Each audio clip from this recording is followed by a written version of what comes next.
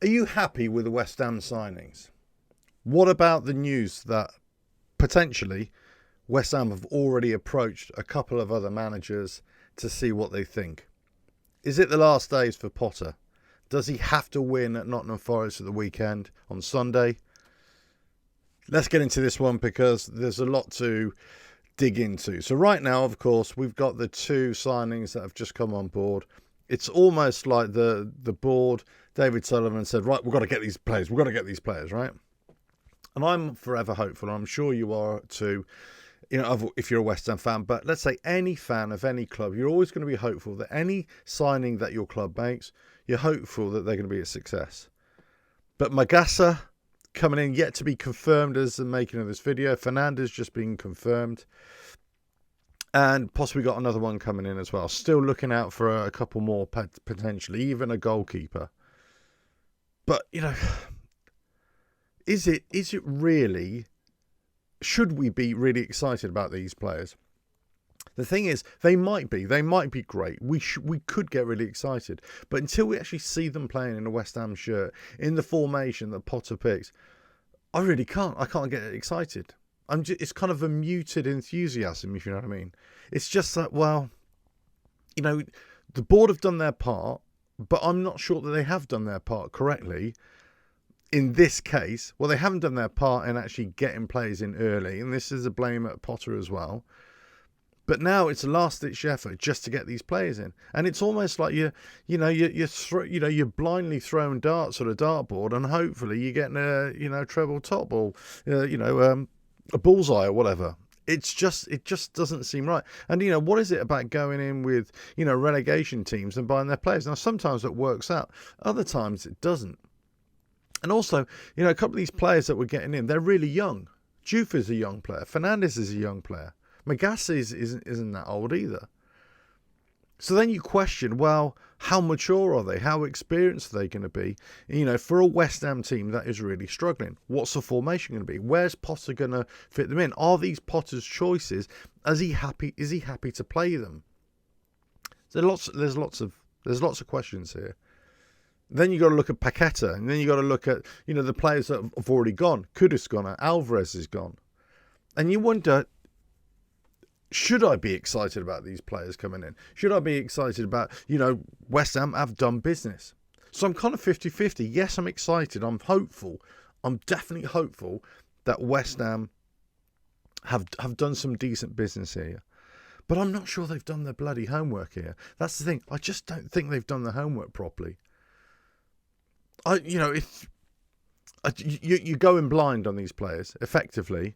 You're hoping that, hey, they're going to be great for us. And I've said this in previous videos, sometimes we're so desperate that you're just hopeful that you get a player and they're going to hit the ground running. How many times have we had a player that's hit the ground running in the last 20 years?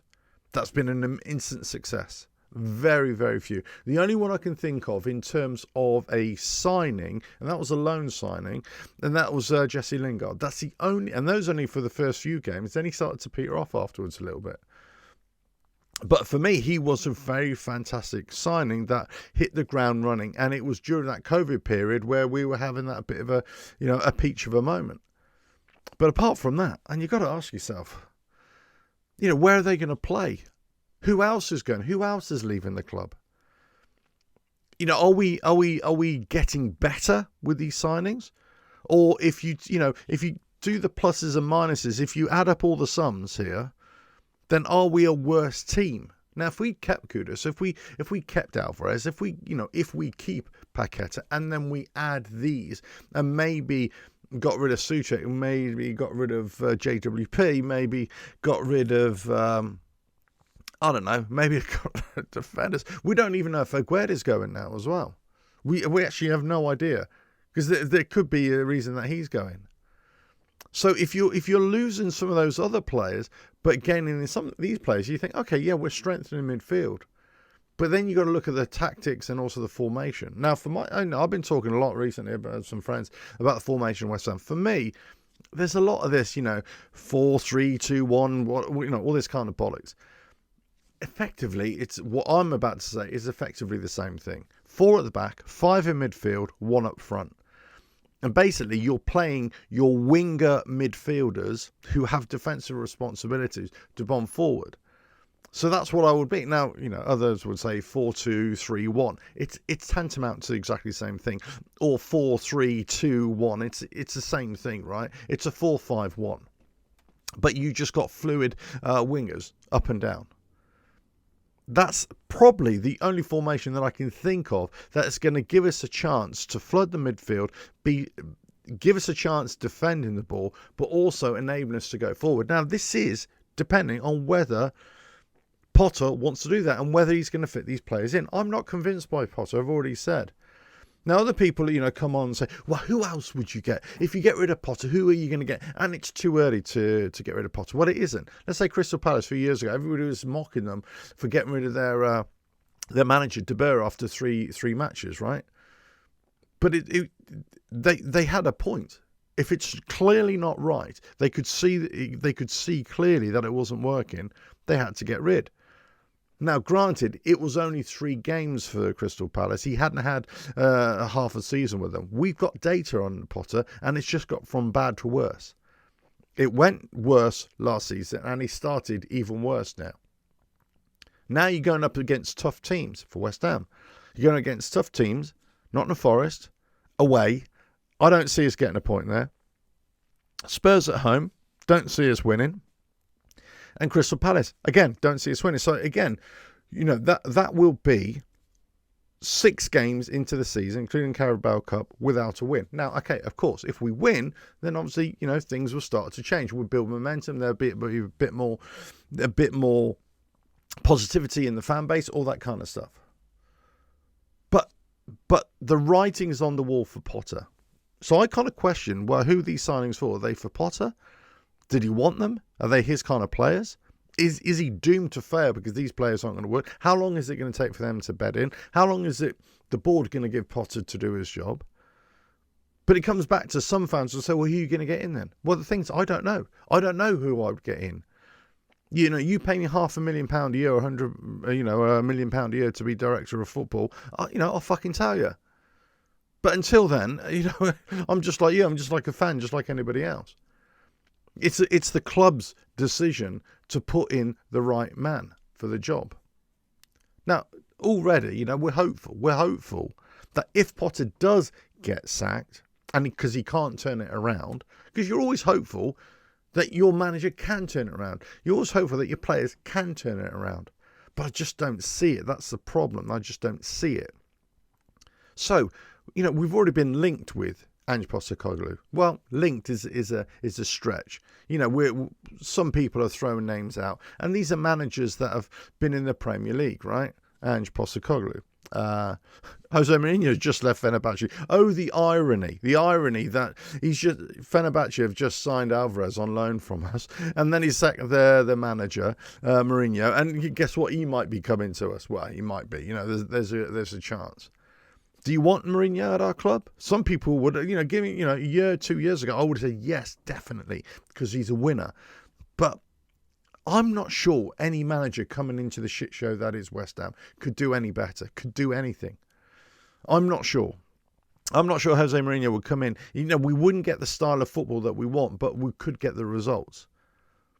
And, potentially, that early part at Tottenham when he was there, he was starting to play some dynamic football as well, aggressive football. And at Manchester United, at times, occasional games, yeah, but look, he's a winner. He wins things. And no doubt he would have given Man City a bloody good go if he hadn't been sacked by Tottenham just before the final in the League Cup a few years ago. So Mourinho could be. Ange Postecoglou could come in. I'm not convinced by Ange Postecoglou in terms of being able to get results and attacking football when you've got duff players. Because he did it all last season with Tottenham. He had injuries to contend with, granted, but he still can get a tune out of them. Okay, granted, setting aside the Europa League and all that kind of stuff. Okay, that's a different thing. But in terms of in the league, couldn't get a tune out of them at all. So I'm not sure if you get a tune out of our players. Coming in cold with a group of players that he hasn't got right at the start of the season. It's a tall order. It's a tall order for any new manager to come in, and it's an incredibly tall order to deal with the ownership that we've got. But money talks, bullshit walks, so we know that. To get rid of Potter, they pay him off and bring in another marquee manager, for Boku Denari, and then all of a sudden, hey, who knows what happens. I'm hopeful. Of course I am, that Potter can turn it around. I'm just not convinced. So who's next? It could be anybody. But at this rate, at this stage, I just can't see there being any improvement. Unless the new manager coming in really just does give them a big talking to and changes the system immediately, gets all the players on board and says, right, fuck everybody else, fuck the board, fuck all our critics. This is what we've got to do, and we're going to show them how we can play. That's the only way. That's the only attitude. That's the only kind of self-confidence that is going to work here. He's got to be a little bit arrogant, very self-confident, and a full belief in what he does. And the players have got to buy into it straight away. Because if they don't, if they start dragging their heels, then, they should be the next one out the door in January. You've got to play for your manager. You've got to do the very best, but you've got to take ownership. And this is of yourself as a player. You've got to take ownership of what's going on. And basically, too many of our players just haven't done that. Let us know your thoughts in the comments below. But I'm not convinced by the signings. I just don't know. That's the thing. I just don't know. I don't have any data on them to really say for sure I'm going to be excited. I just don't know. I'm not excited as well because I don't believe in Potter will be able to get a tune out of them. And if all goes to shit, what manager's going to come in? It could be any manager at this stage, right? We don't know. Xavi, they were talking about Xavi the other day as well, looking for a job. I mean, Christ, coming in, Xavi to West Ham. Everybody wants a Premier League job. Of course they do. That's where the money is. That's where the game is. Best league in the world, most competitive league in the world, right? They want to come here. But at the same time, can you get a tune out of a misfiring club, misfiring squad? Players that are just away with the fairies. I'm not sure that any manager coming in can do it. I could be proven wrong. I hope I'm proven wrong. Let us know your thoughts. Who would you like to see in charge of West Ham? Because we're in a similar situation to Man United, very much in a similar situation in terms of management, underperforming players, disappointing results, that kind of thing, and and an ownership that the fan base really hate. There's lots of parallels there. Let us know your thoughts. But for me, if there's going to be one, there would be a big circus with Mourinho. I'll give Ange Postecoglou a go.